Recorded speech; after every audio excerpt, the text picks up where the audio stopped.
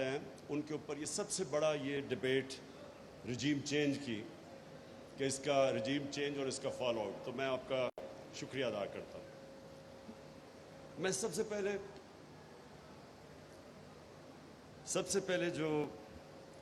پہلے تو سارے اسپیکرز کا جو انہوں نے تبصرے کیے میں صرف اپریشیٹ کرنا چاہتا ہوں کہ سب نے مختصر پہلوؤں کے اوپر بات کی جو رجیم چینج کے ایفیکٹس آئے ہیں ملک میں۔ عمران ریاض نے بات کی کہ جس طرح میڈیا کے اوپر اب کسی بھی جمہوریت میں ایسا پریشر نہیں ڈالا گیا جو اس دور میں میڈیا کے اوپر پریشر ہے، اور اس کے بعد شعیب آپ نے شروع میں ہی جو پرابلمز بتا دیے کہ ہمیں ڈفرینٹ ایریاز میں کس طرح کے پرابلمز ہیں۔ دیکھیں، میں جو سب سے پہلے بات کرنا چاہتا ہوں وہ یہ کہ پاکستان کسی وجہ سے بنا تھا، اور اگر آپ اس کی پیچھے چلے جائیں پاکستان کے بننے کے، تو اس کی جو سب سے بڑی وجہ کیا تھی؟ آزادی چاہتے تھے لوگ۔ علامہ اقبال کی جو ساری کوشش تھی کہ غلامی سے لوگوں کو آزاد کرے، ذہنی غلامی سے۔ قائد اعظم کا یہ کہا جاتا تھا کہ غلام ہندوستان میں ایک آزاد ذہن تھا، اور ان کی کوشش ساری جو سٹرگل تھی وہ یہ تھی کہ ہم اگر ہندوستان میں رہ گئے تو ہم آزاد نہیں ہوں گے۔ اور جو قائد اعظم کی خاص طور پہ ہمیں ان کی بریلینس کے اوپر سوچنا چاہیے کہ وہ تب یہ پریڈکٹ کر رہے تھے کہ ایک دن نریندر مودی کا ہندوستان بنے گا جدھر مسلمانوں کی کوئی حیثیت نہیں ہوگی۔ تو اس لیے پاکستان بنا تھا۔ تو یہ اس لیے نہیں بنا تھا کہ ہم ایک غلامی سے نکل کے دوسری غلامی میں آ جائیں۔